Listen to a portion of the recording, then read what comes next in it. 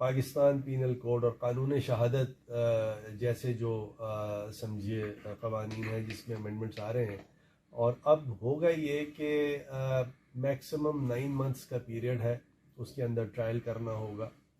Trial ख़त्म करना होगा। एक ज़िम्मेदारी जजेस पर भी है, वकला पर भी है। और अगर 9 महीने में आप ट्रायल कंक्लूड नहीं करेंगे, अब नेचुरली लॉ मिनिस्ट्री तो आपसे नहीं पूछ सकती, लेकिन हाई कोर्ट को पाबंद किया जा रहा है कि हाई कोर्ट फिर पूछेगी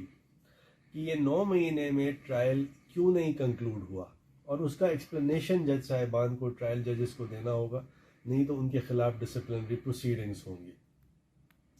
उसके साथ साथ जो इसके अंदर एक कॉमन प्रॉब्लम है, ये कहा जाता है कि जी पुलिस जो है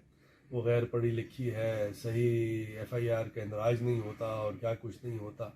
तो हमने ये कहा है कि सब इंस्पेक्टर कम से कम एसएचओ होगा जो कि बीए पास प्रेफरेबली होना बड़ा ज़रूरी है, ताकि ये क्रिमिनल जस्टिस सिस्टम, अब पढ़े लिखे जो बच्चे हैं जो पढ़ लिख के आएँ तो वो पुलिस में आएँ, और ये एक ज़िम्मेदारी से जो एक आर्केक कल्चर है उसको ख़त्म किया जाए।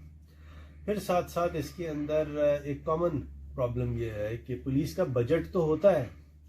लेकिन थाने में नहीं आता वो बजट।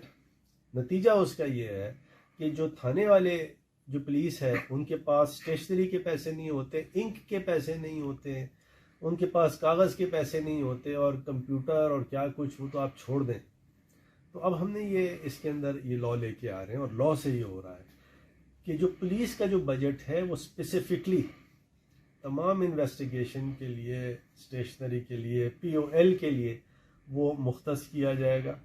वो दिया जाएगा, उसकी बाकायदा अकाउंटिंग होगी, ताकि कल को कोई पुलिस वाला हमसे ये नहीं कहे कि ये हमारे पास तो कागज़ के पैसे नहीं थे तो हम क्या करते, हमारे पास किराए के पैसे नहीं थे तो हम कैसे जाते इन्वेस्टिगेट करते।